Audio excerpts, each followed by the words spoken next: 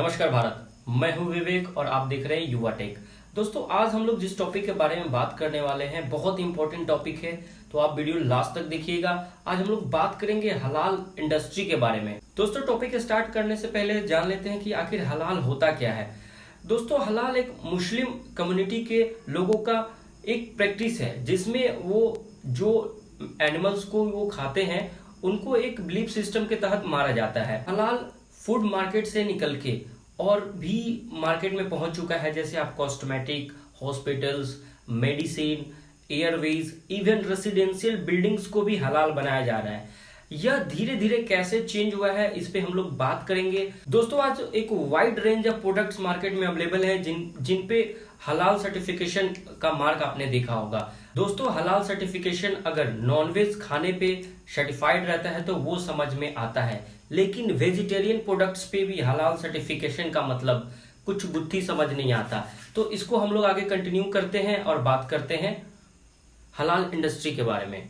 दोस्तों, अभी 2020 में हलाल इंडस्ट्री का जो पूरा बजट है वो $5 ट्रिलियन का है, और एक TMR के रिसर्च के अनुसार, जो कि ट्रांसपेरेंसी मार्केट रिसर्च है, इसके अनुसार 2025 तक इसका कुल बजट $10 ट्रिलियन का हो जाएगा। यानी केवल 5 साल में यह डबल हो जाएगा। दोस्तों, 2014 में नेस्ले कंपनी के एक बयान में कहा गया था कि उनके टोटल फैक्ट्री, लगभग 450 फैक्ट्री में से 90 फैक्ट्री तक हलाल सर्टिफाइड फैक्ट्रीज थी ऑल ओवर द ग्लोब में। तो आप समझ सकते हैं कि इस मार्केट में कितना पावर है और कितने कंज्यूमर हैं, और दिन प्रतिदिन ये बढ़ते जा रहे हैं। दोस्तों, अब जान लेते हैं कि आखिर यह हलाल मार्केट, हलाल इंडस्ट्री आखिर कैसे बढ़ रहा है। तो सबसे पहला जो पॉइंट है, इसको रिलीजन से जोड़ के और रिलीजियस अवेयरनेस फैलाया जा रहा है, ताकि ज्यादा से ज्यादा लोग इस मार्केट की तरफ झुकाव हो पाए। दूसरा पॉइंट है कि जो डेवलपिंग कंट्रीज है लाइक इंडिया, वहां पे मिडिल क्लास मुस्लिम्स में एक ग्रोथ दिख रहा है, वो भी बहुत तेजी से ग्रो हो रहा है। जहां उनके पास पर कैपिटा इनकम बढ़ रहा है तो उनके पास खर्चे करने के पैसे भी हैं, तो वो ऐसे प्रोडक्ट यूज कर रहे हैं जो उनके रिलीजन से जुड़ा हुआ है, लाइक हलाल प्रोडक्ट्स को ज्यादा वो प्रेफर कर रहे हैं। दोस्तों, तीसरा पॉइंट है कि कुछ गवर्नमेंट्स हैं, बहुत गवर्नमेंट्स हैं लाइक इंडोनेशिया, जो ऐसे प्रोडक्ट्स को अपने कंट्रीज में लोकली या फिर ग्लोबली उसको प्रमोट कर रहे हैं। तो इस तरह भी इस मार्केट में ग्रोथ दिख रहा है। दोस्तों, चौथा पॉइंट बड़े ही ध्यान से समझिएगा। जो हलाल फूड के ईटर्स हैं वो तो इनके प्रोडक्ट आसानी से यूज कर लेते हैं, लेकिन जो नॉन ईटर्स हैं वो नॉर्मल फूड भी एक्सेप्ट करते हैं, लेते हैं, और हलाल सर्टिफाइड फूड भी यूज करते हैं। दोस्तों, यह पॉइंट है, ये बड़े ही हमेशा विवादों में रहता है, जहां यह भी कहा जाता है कि जबरदस्ती गैर मुसलमानों पे यह लॉ और यह फूड आइटम्स को फोर्सफुली यूज करने पे मजबूर किया जाता है। दोस्तों, कहा यहां तक जाता है कि इस इंडस्ट्री में नॉन मुस्लिम लोगों को जॉब्स प्रोवाइड नहीं किए जाते हैं, और यह एक बहुत ही गंभीर और सोचने वाली बात है। दोस्तों, नवंबर 2020 में जकार्ता एक देश है जहां हलाल इंडस्ट्री के ग्रोथ के लिए एक समिट होने वाला है, जिसमें मिडिल ईस्ट और इस्लामिक देश भाग लेने वाले। समिट को लीड करेंगे इंडोनेशिया के राष्ट्रपति। दोस्तों, इस समिट में कुल 4 पॉइंट है जिस पे बातें होनी है। इस चारों पॉइंट को मैं बारी बारी से बताता हूं। पहला पॉइंट है strengthening the power of global chain of हलाल इंडस्ट्री। जो ग्लोबल चेन है हलाल इंडस्ट्री का, उसको एम्पावर करने की बात होगी। दोस्तों, दूसरा पॉइंट है strengthening the Islamic finance industry in support of हलाल इंडस्ट्री। दोस्तों, जो इस्लामिक फाइनेंस इंडस्ट्री है उसको यूनाइट और उसको मजबूत किया जा रहा है हलाल इंडस्ट्री को एम्पावर करने के लिए। तीसरा पॉइंट है capacity building and development of हलाल industry related to small and medium enterprise. देखिए, इस इंडस्ट्री को डेवलपमेंट करने के लिए छोटे से छोटे कारोबार जो हलाल इंडस्ट्री से हैं उनको भी बिल्डअप करने की कोशिश की जा रही है। तीसरा, डिजिटली इकोनॉमी फॉर हलाल इंडस्ट्री। एक डिजिटल इकोनॉमी तैयार किया जाना है और इस पे बात होनी है जिसपे हलाल इंडस्ट्री को एम्पावर बिल्डअप किया जा सके।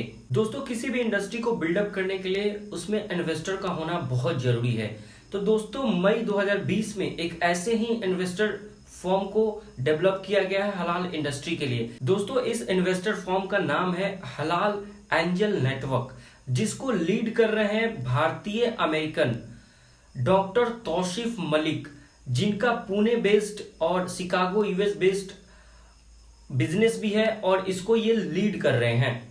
दोस्तों हलाल एंजल नेटवर्क का एक लक्ष्य है कि जो कोविड-19 से हुए लॉस के कारण जो हलाल इंडस्ट्री में फॉर्म है, फैक्ट्रीज है या एंटरप्रेन्योर्स है, जो इस कोविड-19 के कारण क्षतिग्रस्त हुए हैं, उनकी बिजनेस लॉस गई है, उनको पैसे फाइनेंशियली सपोर्ट करके फिर उस इंडस्ट्री को खड़ा करने की प्लानिंग है।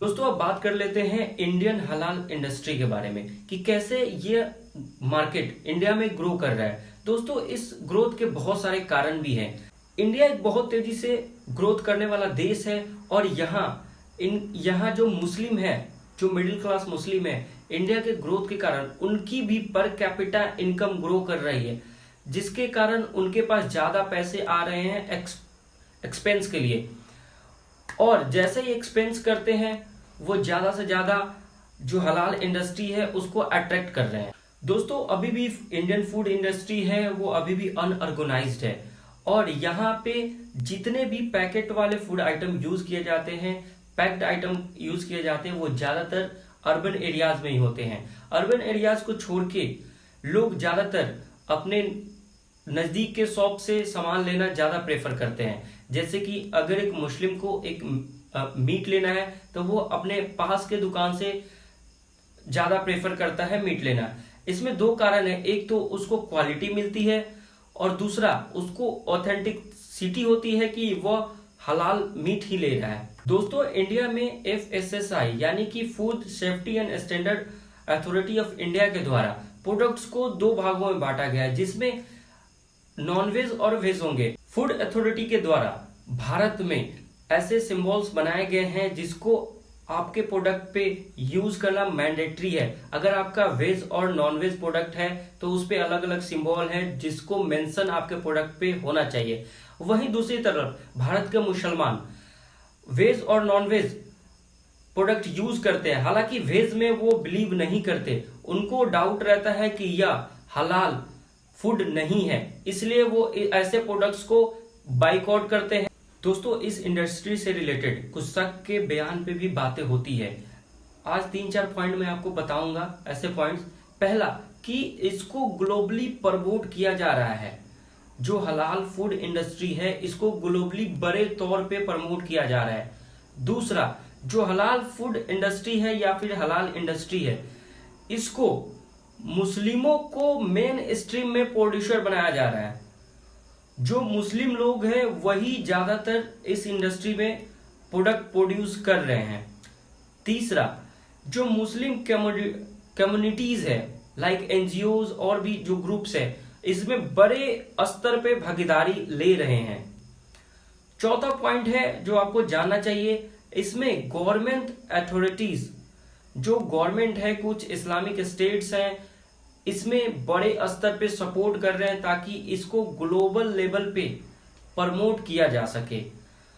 लास्ट पॉइंट है, इसको रिलीजन वाइज बड़े ही अच्छे तरीके से प्रमोट किया जा रहा है ताकि ज्यादा से ज्यादा लोग इसको कनेक्ट कर सकें। दोस्तों आज के लिए इतना ही। अगर वीडियो आपको इन्फॉर्मेटिव लगा, अच्छा लगा तो प्लीज जाके शेयर करें, लाइक करें, कमेंट करें और चैनल को सब्सक्राइब करना ना भूलें। आज के लिए इतना ही, धन्यवाद।